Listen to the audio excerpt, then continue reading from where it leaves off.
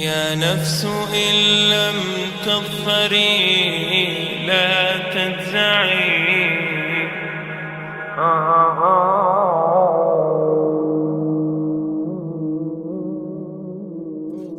All the praise is for Allah,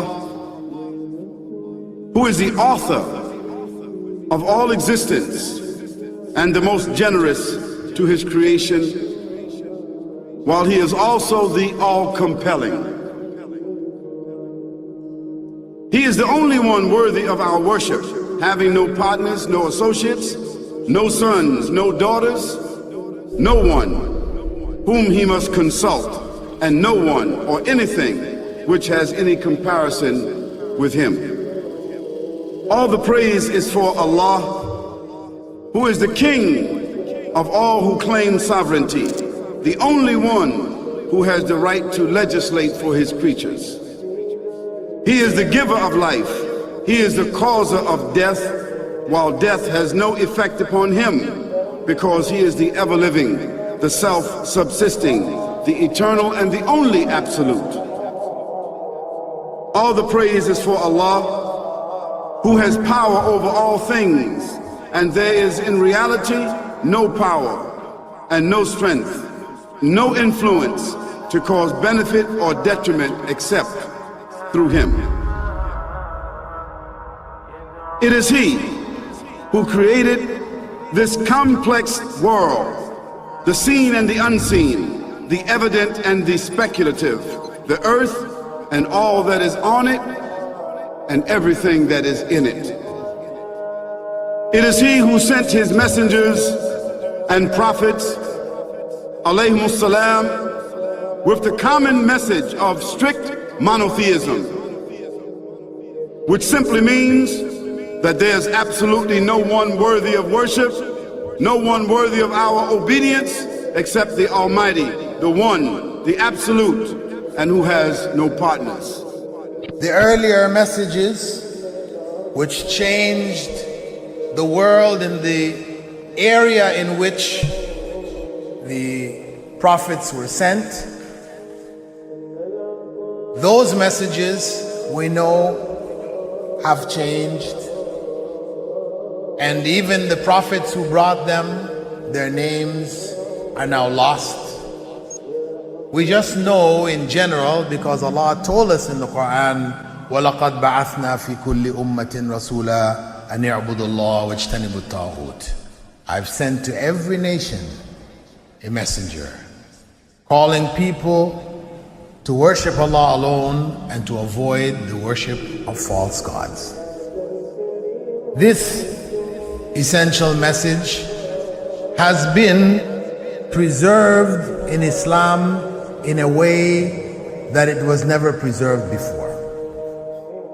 Not because the message was different, because it was the same message, but because of the fact that there would be no other prophets who would come after Muhammad sallallahu alaihi wasallam. So therefore that message now had to be protected. It had to be preserved in a way none of the earlier messages were preserved.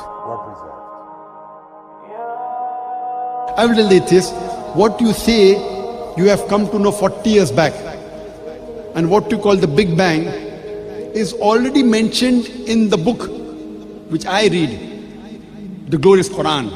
It's mentioned 1400 years ago in Surah Anbiya, chapter number 21, verse number 30, which says, Avalam yaral lazina kafaru. Do not the unbelievers see anna samawati wal arda kanat ratkan fataqnahuma, that the heaven and the earth were joined together and we clove them asunder. What you're talking about, the Big Bang, I try to imagine compressing a spring. I push it closer and closer and closer together so it's smaller and smaller and smaller, and I've stored a tremendous amount of energy in that spring, and when I let it go, it bursts out, it bursts out, it bursts out. the creation of the universe, which you came to know 40 years back, is already mentioned in this book, the glorious Quran, 1400 years ago. Who could have mentioned that in the Quran? So the atheists will say, maybe someone wrote, maybe it's a fluke, maybe it's a guesswork. A human being, regardless of who they are, or where they are, or what they do, will have this curiosity. They'll want to know, why am I here? How did I get here? And do I have a purpose? And if so, what is it? The only one who would really be able to answer that question would be the Creator himself. If there is a Creator, it would be up to him to tell us why we were created and what he expects from us and what this life is really about. Allah has shown the people from the time of Adam until right now, has shown the people what he wants from them. And it's a very simple thing, and that is that worship be for him alone without any partners. In fact, we know this life to be a test from Almighty God.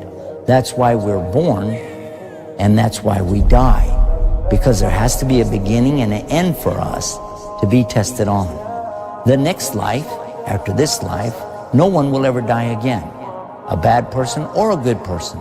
Both are brought back, and they continue to live in the next life, either in good shape or not so good shape, depending on how they did on the test. The worship of the God of Abraham, that was what was taught by these prophets. The Lord of the Arsh and Kursi. We're talking about the Lord of the worlds. Alhamdulillah Rabbil Alameen. We're talking about the Lord of the entire universe and beyond. The entire universe and beyond. You know, we live in this dunya, and we are fascinated with this dunya which Allah subhanahu wa ta'ala indeed has created in a beautiful manner. We're fascinated. There are over billions of people which live on this dunya at this moment in time. Over 6 billion people that live on the dunya at this moment in time. This dunya of Allah subhanahu wa ta'ala is so big that there is space in this dunya for billions and billions and billions or more people. But what is this dunya in comparison to what Allah subhanahu wa ta'ala has created out there? This dunya is insignificant. This dunya is meaningless to Allah. It means nothing. It is worthless. So worthless, compare it with the sun. The sun is one star. You know more science than me. You'll be able to tell me better. Take this planet Earth and you place it inside the sun, and you will be able to place 1.3 million Earths in the sun. 1.3 million Earths in the sun. Allahu Akbar. Allah is the greatest. The sun is one star. One star. There are stars out there which are millions of times bigger than the sun. You tell me this, that you need millions and millions of stars to make one galaxy. And then you tell me this, that there are zillions of galaxies out there. Let me tell you on top of this, my friend, after this, whatever you see above,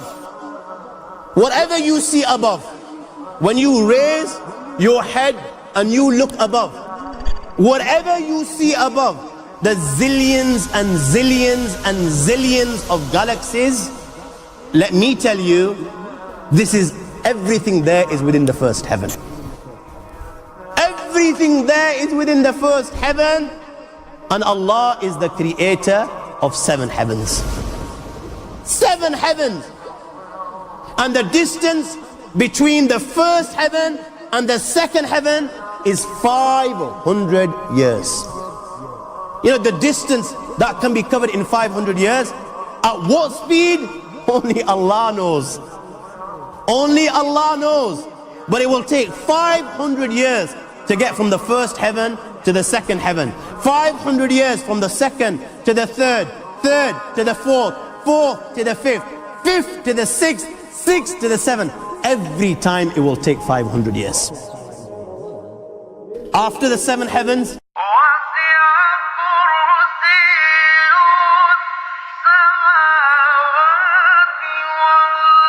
وَسِعَ كُرْسِيُّهُ السَّمَاوَاتِ وَالْأَرْضِ. You all read the Ayatul Kursi. You all know the Ayatul Kursi. After this, you have the Kursi of Allah. You have the chair of Allah subhanahu wa ta'ala. You know these 7 heavens that we've just talked about, in comparison to the Kursi of Allah, they're non-existent. They're meaningless. Rasulullah ﷺ has given an example in a hadith just to give us a little bit of understanding with regards to the 7 heavens in comparison to the kursi of Allah. Take a ring from your finger, take it off, the small ring that you have, and place it, let's say, in a desert, the Sahara Desert. It's the biggest desert in the world. You know that ring that we take off from our fingers and place it in the Sahara Desert? What comparison is in between the ring and the Sahara Desert? Nothing. Nothing. The 7 heavens is the ring, and the kursi of Allah is the Sahara Desert. After the kursi of Allah, you have the arsh of Allah. وَكَانَ أَرْشُهُ عَلَى الْمَاءِ. You have the arsh of Allah. Again, Rasulullah has explained, so just so that we can understand. Take the ring, place it in the desert. This time, the ring is the kursi and the arsh is the desert. What is the kursi in comparison to the arsh of Allah? Nothing. Then you have angels which carry the arsh of Allah. Their heads are in the 7th heaven and their feet are in the lowest earth. My friends, then you have the Lord of the Arsh al-Kursi. لا تدركه الأبصار ويدرك الأبصار وهو اللطيف الخبير. He is beyond the size of Allah, who Allah is, what Allah is. The greatness of Allah is beyond the comprehension of my little mind. This is the being that you and I are messing with.